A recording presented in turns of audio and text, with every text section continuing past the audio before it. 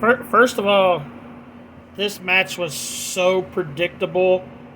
Like both Elimination Chamber matches, we all knew Becky Lynch and Drew McIntyre were winning both matches before the show even fucking started.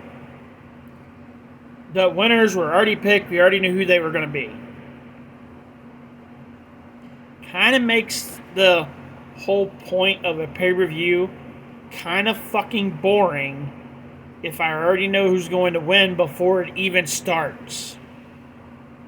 Like every match on this show was predictable. Every match, every ending was kind of predictable. But with that being said, Becky Lynch is going to take on Rhea Ripley at WrestleMania.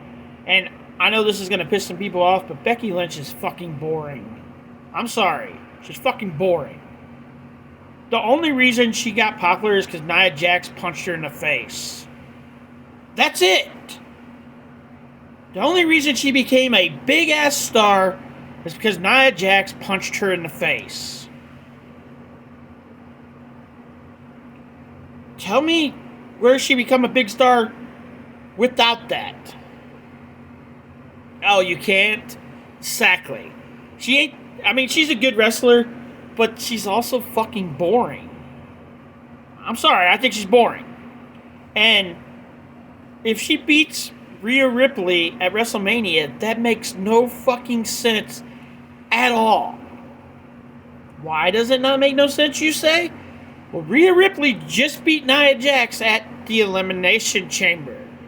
Rhea Ripley beat her. Did Becky Lynch beat Nia Jax? Well, she didn't. Yeah, so if Becky Lynch beats Rhea Ripley at WrestleMania, that makes no fucking sense. And do I want Becky Lynch to beat Rhea Ripley? No, nobody wants Becky Lynch. Well, there's probably some people.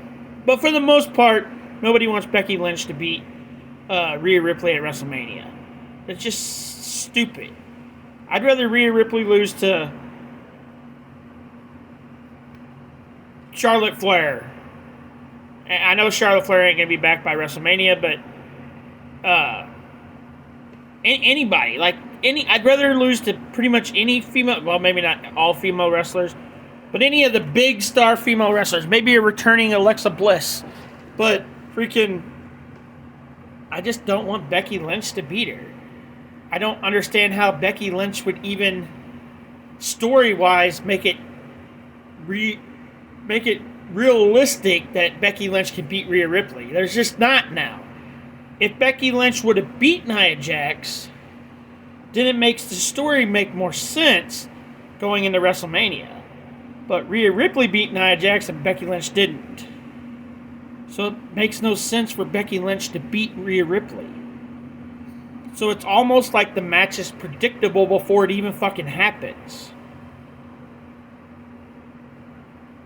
And something tells me, and this is just an opinion, that Nia Jax is somehow going to get involved in this match, and this match might actually end up being Nia Jax versus Becky Lynch versus Rhea Ripley for the title. If that's the case, I think it actually would be more of an entertaining match, and maybe even make a little bit more sense if Becky does win the title if she pins Nia Jax. Then Rhea Ripley technically didn't lose the title by getting pinned. She lost it because Nia Jax got pinned. I think that would be the route I would go in if you're going to have Becky win. If you're going to have Becky win and beat Rhea Ripley, you're going to have to turn Becky Lynch heel.